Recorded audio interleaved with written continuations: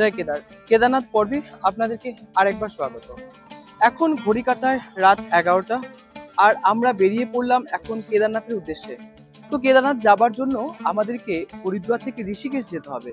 তো ঋষিকেশ যেতে হলে আমরা হরিদ্বারের যে গঙ্গাঘাটকে পেরিয়ে আমরা এবার বেরিয়ে পড়লাম এই দিকটায় যে রুটটা রয়েছে এই রুটটা চলে যাচ্ছে এখান থেকে আপনার চণ্ডী দেবী। এদিকে চণ্ডী দেবী রয়েছে, এদিকে দিল্লি রয়েছে, আর এদিকে দিল্লি রুট কি এই সাইডটায়, আর আমার এই দিকটায় রয়েছে ঋষিকেশ। এখান থেকে 24 কিলোমিটার, আর 24 কিলোমিটার পথ পাড়ি দিতে হবে আমাদেরকে। কিন্তু 24 কিলোমিটার পথ পাড়ি দিতে গেলে হয় আমাদেরকে বাস নিতে হবে, কিংবা আমাদেরকে এখান থেকে অটো বা টেম্পো নিতে হবে। তো অটো বা টেম্পো বাস আমরা নিয়ে নেব। সেখানে কত করে লাগছে, কিরকম কি খরচা রয়েছে, কত কি পড়ছে, সেটিকে আপনাদের সাথে অবশ্যই শেয়ার করব। আসুন দেখে নেওয়া যাক। এইবার এদিকটা অনেক প্রকার গাড়ি রয়েছে, চারধাম যাওয়ার জন্য বুকিং করতে পারি। কিন্তু আমরা যেহেতু 8 জন রয়েছি এখন, তো আমাদেরকে এখন বেরিয়ে যেতে হবে। দেখি যদি বাস পেয়ে যাই তো বাসে যাব, যদি আমরা বাস না পাই তাহলে আমরা কিন্তু এখান থেকে অটো বা টেম্পো কিছু একটা নিয়ে নেব। তাহলে সেইগুলোতে যেতে আমাদের কত কি খরচা পড়ছে, কিরকম কি, বা 24 কিলোমিটার পথ পাড়ি দিতে আমাদেরকে কত সময় লাগবে সেটিও দেখে নেব। আজকে রাতে আমরা কোথায় থাকছি, কি করছি, কিভাবে আমরা চলবো, সবকিছু সম্পূর্ণটি আপনাদের সামনে তুলে ধরবো, যাতে আমার সাথে সাথে আপনারাও চারধাম যাত্রা করতে পারেন। এবং যেহেতু আমি শারীরিকভাবে এই যাত্রাটি করছি, আর আপনাদের নিচে যেতে চাই ভার্চুয়ালি, তো ভার্চুয়ালি যেতে গেলে আপনাদেরকে আমার সাথে থাকতে হবে।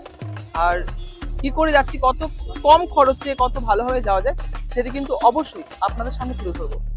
উত্তরাখণ্ডের বাস চলে এসেছে, ঋষিকেশে বাস পেয়ে গেছি আমরা এবার বাসে উঠে যাব। এই চক থেকে বাসে এবার উঠে যাবো।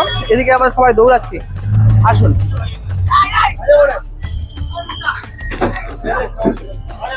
তো আমরা এবার সাইডেই বসি।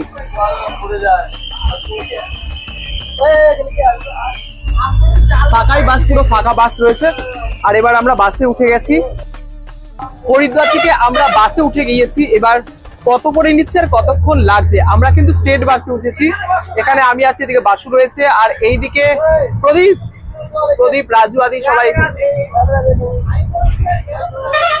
কত করে নিচ্ছি, আর এদিকটায় মনসা দেবী আছে, এদিকটায় চণ্ডী দেবী রয়েছেন, সকলে মিলে আসছি। এবার হরিদ্বার থেকে বেরিয়ে আমাদেরকে প্রায় 1 ঘন্টার পথকে অতিক্রম করতে হবে।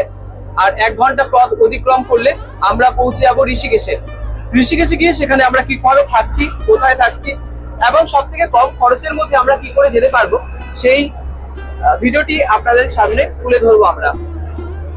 এখান থেকে এই যে ওদিকে যদি দেখতে পাচ্ছেন, এখানে হরকি পৌড়ি, যে আমাদের ফেসবুক লাইভ হচ্ছিল হরকি পৌড়িতে, এবং ভিডিও আমরা দিয়েছি আপনাদেরকে। এই হরকি পৌড়ি, আর ওপরে রয়েছে এদিকে আপনার মনসা দেবী। হরকি পৌড়ি থেকে এবার আমরা ধীরে ধীরে কিন্তু এগিয়ে যাব ঋষিকেশের দিকে। কেদারনাথ পর্বে আমরা অনেকটা দূর যেতে হবে, অনেকটা পথ আমাদেরকে অতিক্রম করতেই হবে। চারধাম যাত্রার সুস্বাগতম আপনাদেরকে।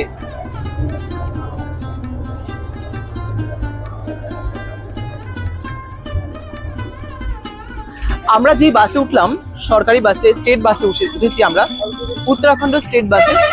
তো এর ভাড়া হচ্ছে আমাদের কত করে নিল, 45 করে আমাদেরকে এক জনপ্রতি ভাড়া নিল।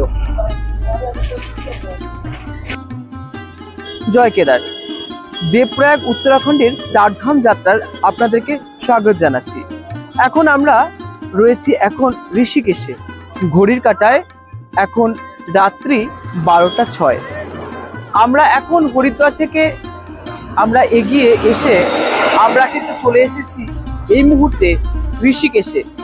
সম্মুখে ঋষিকেশ বাস স্ট্যান্ড, আর ঋষিকেশ বাস স্ট্যান্ডেরই ঠিক অপোজিটে অনেক প্রকার ধাবা রয়েছে। এখানে অনেক প্রকার ট্যুরিজমের ব্যবস্থা রয়েছে।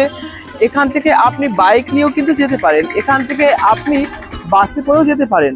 বাসে 7 থেকে 800 টাকা করে এখানে জনপ্রতি খরচা হবে। সময় লাগবে 7 থেকে 8 ঘন্টা। আর এখান থেকে আমাদেরকে যদি কেদারনাথ যাত্রা করতে হয়, তাহলে আমাদেরকে এখান থেকে যাত্রা করে সোনপ্রয়াগ যেতে হবে। তার মাঝে আমাদের অনেকগুলো তীর্থস্থান দর্শন করতে পারবো। দেবপ্রয়াগ, আদি অলকানন্দা এবং ভাগীরথীর মিলনস্থলকেও আমরা দর্শন করতে পারবো। আসুন এবার দেখে নেওয়া যাক যে আমরা কি করে যাচ্ছি, আর অতি অল্প খরচে আপনারাও কি করে যাবেন তার জন্য কি ব্যবস্থা রয়েছে সেটাও দেখে নিন। ঘড়ির কাঁটায় রাত 2টো বাজে, আর আমরা ঋষিকেশে এসে আমরা গাড়ি বুক করলাম। গাড়ি বুক করে সবাই মিলে আমরা চলে এসেছি এখন রামঝুলাতে। আর রামঝুলাতে এইদিকে সম্মুখে রামঝুলা, আর রামঝুলায় এসে আমরা রামঝুলাতে স্টে করব আজ রাতে। বাজেট কম, তাই কম বাজেটে কি করে আমরা থাকছি সেটিকেও আপনাদের উপরে তুলে ধরে দেখাবো। আপনারা দর্শন করতে পাচ্ছেন রামঝুলাকে। উত্তরাখণ্ড দেবভূমিতে আপনাদের স্বাগত জানাই। আমরা ধীরে ধীরে চলেছি এবার রামঝুলাতে।